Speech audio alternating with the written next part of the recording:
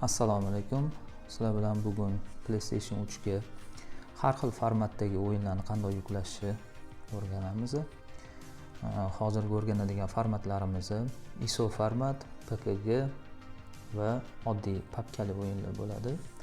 Flash bunga nimalar kerak bo'ladi? Bizga flashga kerak bo'ladi, FAT32 yoki NTFS formatida va kompyuter va albatta sketch qilingan o'yinlar kerak bo'ladi.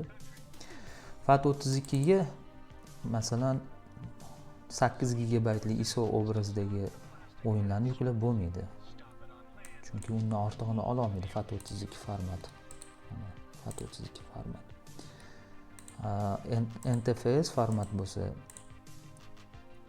farqi yo'q. 20 gigabayt, 30 gigabayt ISO formatdagi o'yinlarni o'ziga olaveradi.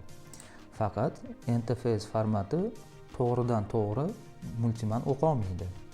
Hozir qanday multimanda uni o'qitishni, qanday ko'chirishlarni hammasini bosqichma-bosqich o'rgatib boramiz.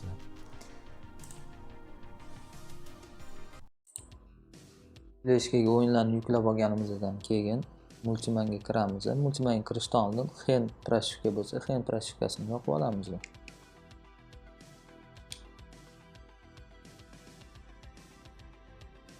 Multimanga kirib oldik. Sizlarda unaqa emas, mana bunaqa menyu bo'lib kirishi mumkin.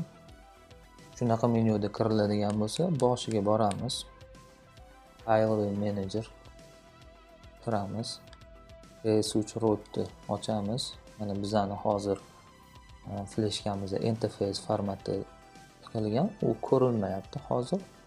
FAT32 bo'ladigan bo'lsa, primoy ko'radi. Hozir NTFS formatimizni yoqish uchun ortga qaytamiz. ikki marta X tugmachasini bosamiz, knopkasini.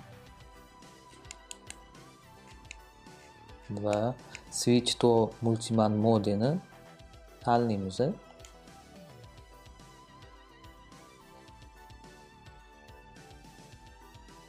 Keyin FS driverni bosamiz.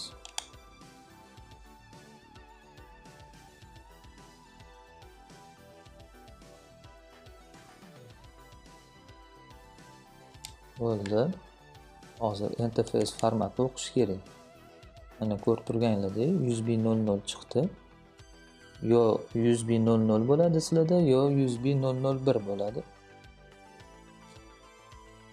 Mana hozir NTFS formatdagi flashkamizni ochib oldik. Keyin yana PS3 rootni bosamiz. DD0 ga kiramiz. Biz hozir PlayStation 3 ga ISO obrazidagi o'yinni tashlashimiz uchun PS3 ISO papkasini tanlab olamiz. Mana menda уже yuklangan. Hozir yana sizlar uchun qaytadan boshqa o'yinlarni yuklaymiz. ISO formatda. Mana Ferrari dumaloq knopkani bosamiz, Copyright bosamiz va PlayStation o'zini xotirasiga o'tamiz. Yana bir marta X tugmasini bossanglar o'tadi. Dumaloq knopkani bosamiz. Stavit uchun X knopkasini bosamiz. Da qilamiz. Va o'tishni boshlaydi. Hozir ISO formatdagi o'yinimiz o'tib bo'ldi. Keyingi bosqichimiz oddiy fayldagi papkali o'yinlarni o'tkazish. Yana qaytamiz. PlayStationning o'zini pametidagi papka bu.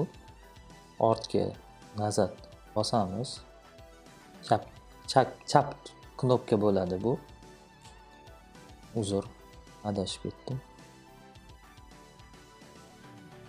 Va Games papkasiga kiramiz.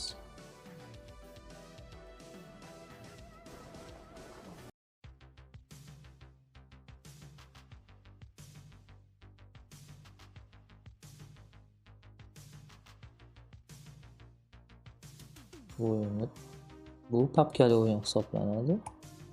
Xuddi shundoq X knopkasini bosamiz, tanlab olamiz va dumaloq knopkani bosamiz, kopировать qilamiz, X knopkani bosib tanlab,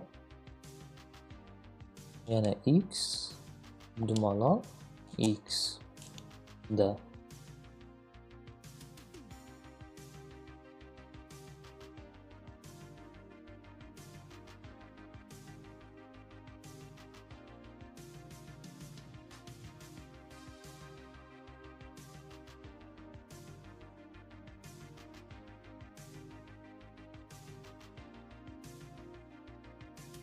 bo'ldi, o'yinimizni yuklab oldik. Endi bu oddiy papkali o'yinlar edi. Hozir PKG formatni qanday yuklash ko'ramiz.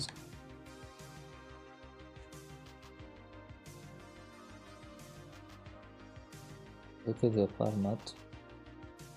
Bu yerdan PKG ni tanlab olamiz. PlayStation 3 tarasini. Fleshkadan yana dumaloq knopkani bosamiz, kopировать X bosamiz. PlayStation 3 xotirasiga dumaloq bosamiz va yana X knopkasini bosamiz, вставить. Da.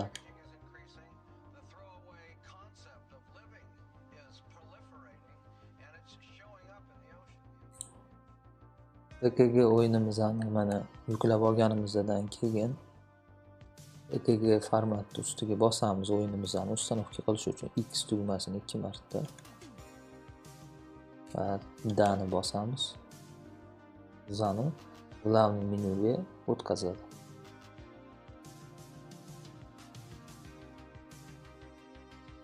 Главный menyuda package managerga kiramiz. Install files, standart. Hozir yuklab olgan PKG formatdagi o'yinimizni X ustanovka boshlandi. Ustanovka qilib bo'ldi. Bu PKG formatdagi o'yinimiz. Hozir ustanovka qilgan o'yinlarimizni tekshiramiz. Multimedia kirib.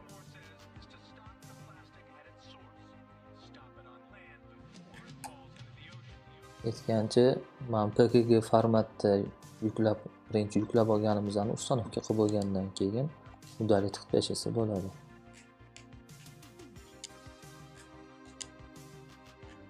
Aytib qo'ydik.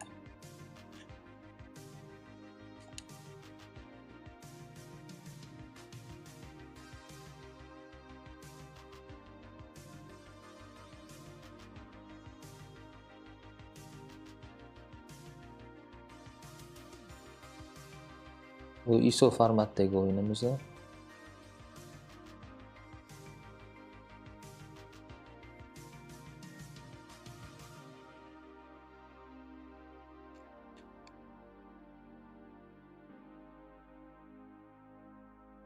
Va mana papkali o'yinimiz. Agar mabodo chiqmay qoladigan bo'lsa, hozirdagiga o'xshab ko'rinmay qoladigan bo'lsa, eng tepasiga chiqib X knopkasini bossanglar, obnovить qilib ko'rsatadi.